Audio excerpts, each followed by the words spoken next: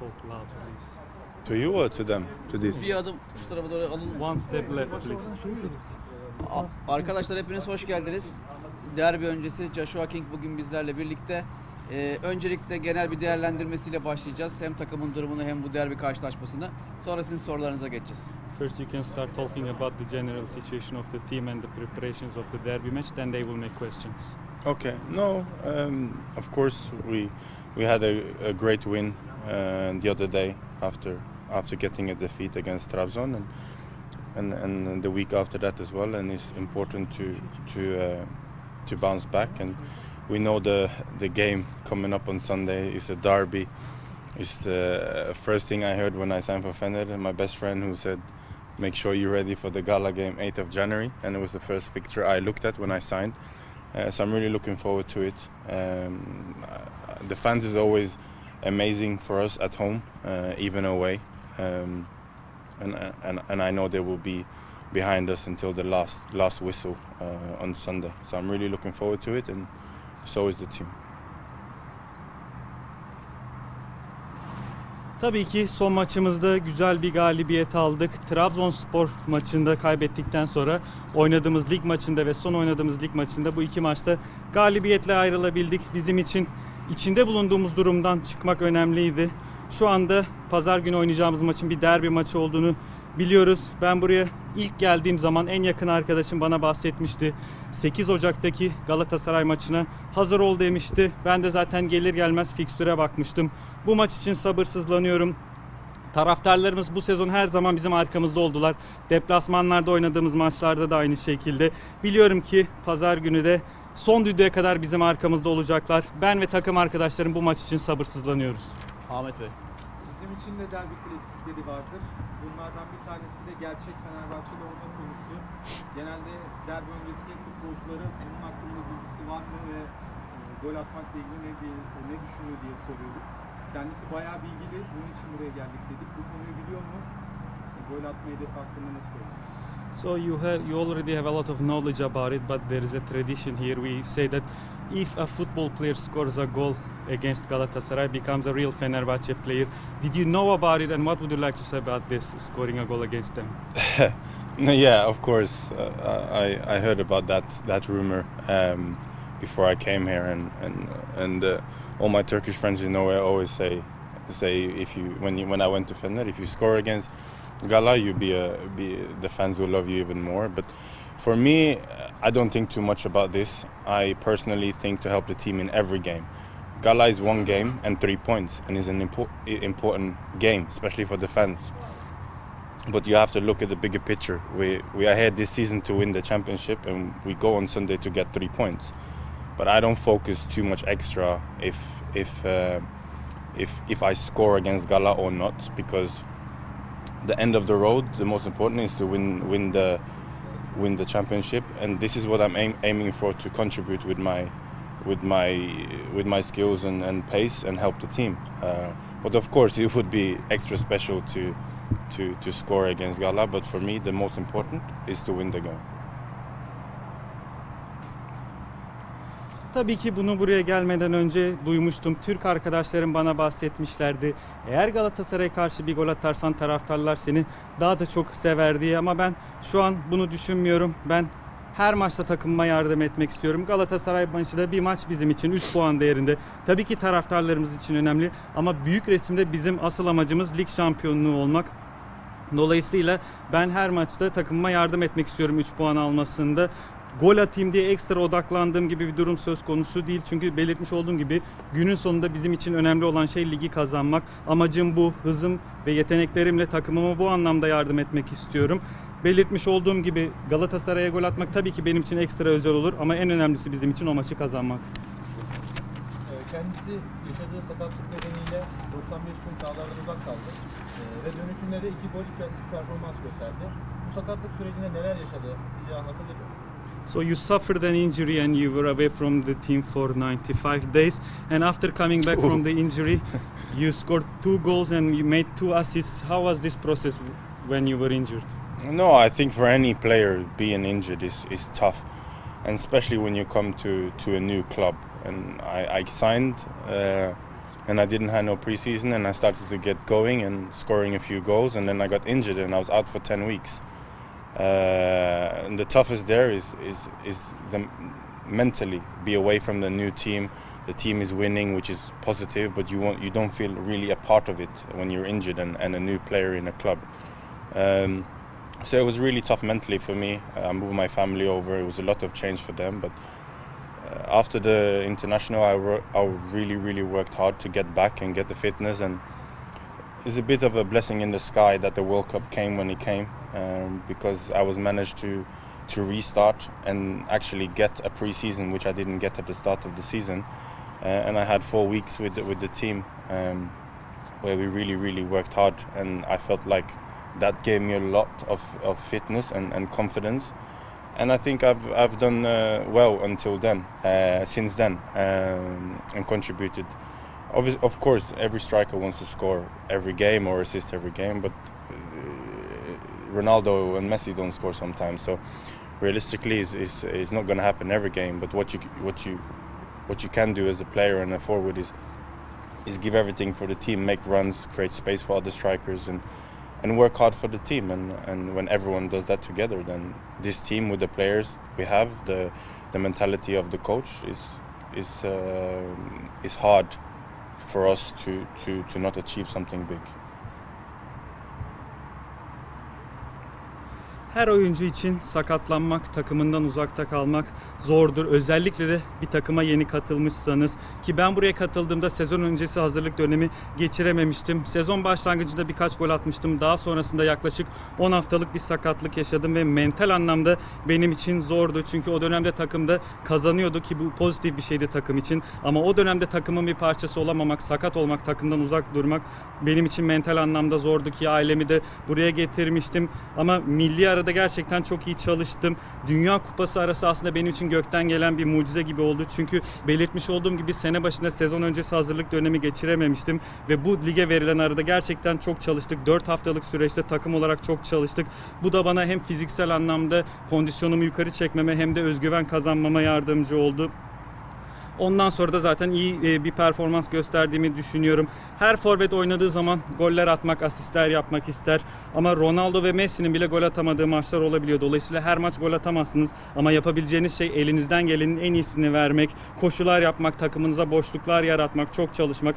Bunları yapabilirsiniz. Mental olarak da gerçekten çok iyi bir hazırlanıyoruz. Böyle bir teknik direktöre sahip olursanız zaten büyük şeyler başarmamanız pek mümkün değil.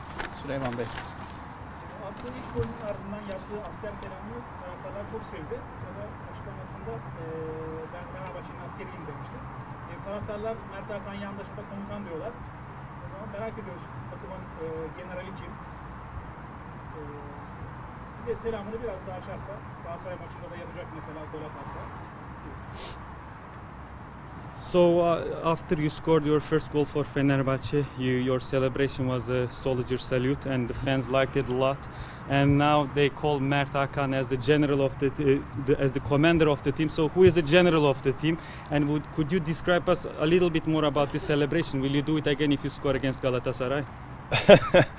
Yeah, I don't know. I go with the feeling, of course, but I have never ever celebrated like this before I came to Gala, and it was more something that just came to me as a feeling, because I felt like the fans on Instagram, in media, just the Fenerbahce fan was something I never felt before, and I felt like I wanted to repay them. And after I scored my first goal, I didn't plan or anything, I promise, and it just came to me, and I felt a bit like a soldier wanting to do everything I can in my power, as long as I'm on the pitch, to put a smile on their face. But no, if I score against Gala, I'll probably do the same celebration. But let's see. Aslında o an içimden gelen bir şeydi bu. Daha önce yaptığım bir gol sevinci değildi. Daha çok belirtmiş olduğum gibi o an içimden gelen bir duyguydu. Çünkü taraftarlarımızın göstermiş olduğu ilgi, bunu daha önce hiçbir yerde görmemiştim ve onlara bir şekilde bunu geri ödemek istedim. Ama belirtmiş olduğum gibi o gol sevinci planlanmış bir şey değildi. O an kendiliğinden çıktı, çünkü o an kendimi bir asker, her şeyini, bütün gücünü ortaya koymaya çalışan bir asker gibi hissettim ki taraftarlarımızın yüzünü güldürebileyim. Galatasaray'a karşı karşı gol atarsam muhtemelen o sevinci yaparım diye düşünüyorum. Henüz planlamadım. Buse Hanım. Kendisi 0.67 gol ortalamasıyla kariyerinin en sonunda dönemini yaşıyor. Bunun nedeni neler? So you are having the best performance of your career. You have an average of 0.67 goals per game. What would you like to say about this? No, I'm feeling good. First of all, I'm playing in a great team with great players. We have a manager who gives us the right tactic, the right structure, and we're working hard every day. And when we go on the pitch, we know what we meant to do in each game. Everything is so detailed. So, of course, and also you have the hard work that we put in training. And when you are fit and worked hard in preseason, which we did after the World Cup, and even before, but I was injured, it's easier to get going.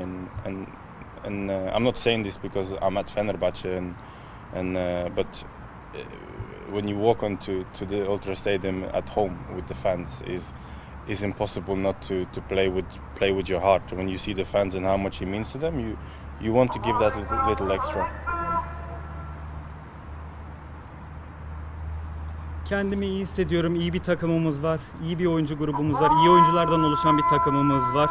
Ve teknik direktörümüzün bize vermiş olduğu doğru yapı, doğru taktiklerle birlikte bunun da üzerine antrenmanla çok çalışmayı eklediğiniz zaman bu zaten kendiliğinden gelişiyor. Biz her maçta ne yapmamız gerektiğini çok iyi bir şekilde biliyoruz. Çok detaylı bir şekilde çalışıyoruz. Antrenmanlarda çok fazla çalışıyoruz.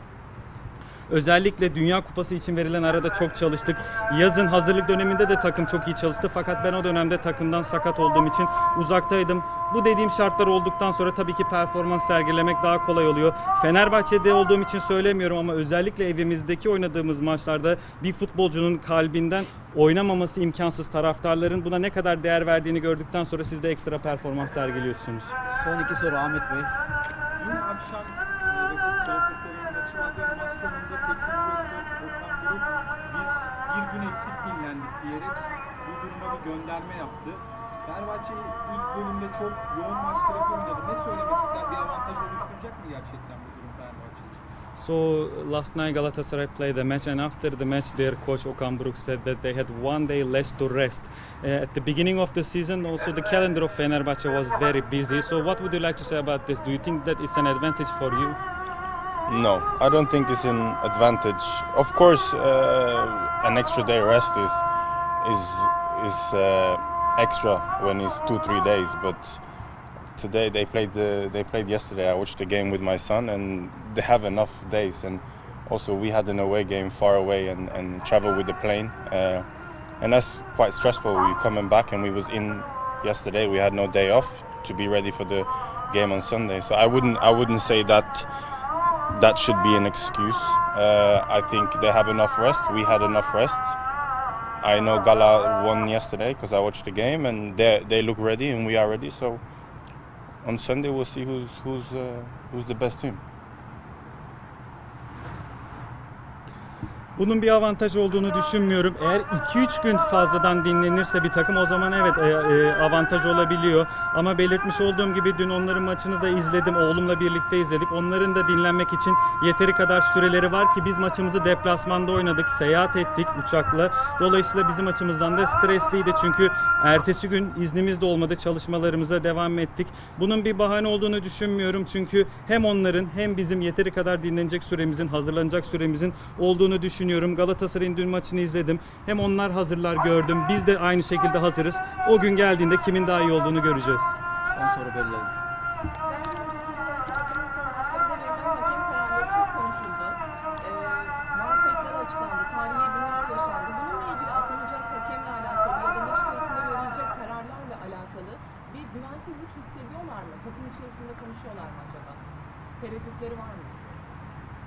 So in the recent weeks the decisions of the referees have been discussed a lot, and also some VAR recordings were released. What would you like to say about the referee of the derby? Do you guys as a team have some doubts of lack of trust in this issue? No, I'm a football player, and I do what I can and I know on the pitch, and I trust that the referees do their job and are fair with that. Of course, even in the Premier League, you have referees in certain games and VAR that I've played for many years, which some teams are not happy with if they are losing or if some decisions are not going their way. And I think that's in any league. Referees are human and they make mistakes.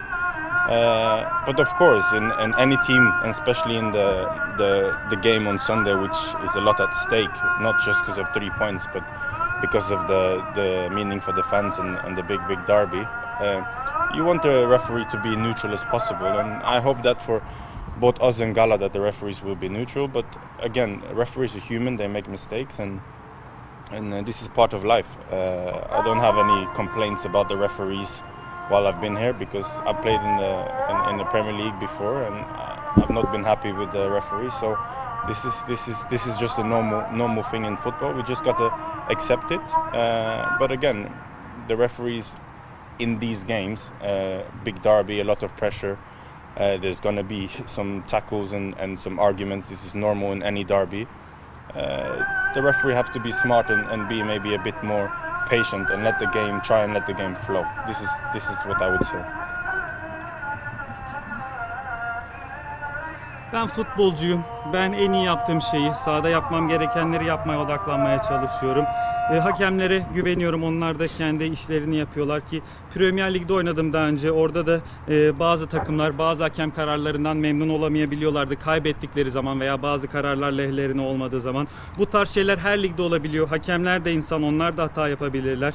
Her maçta hakemler ellerinden gelenin en iyisini yapıyorlar.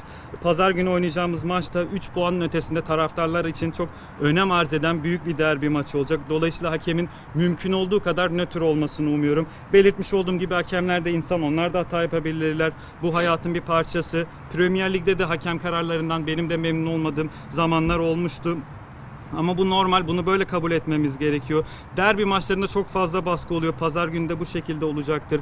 Saha içerisinde çok fazla sertlik, mücadele ve tartışma olabilir. Bunlar normal.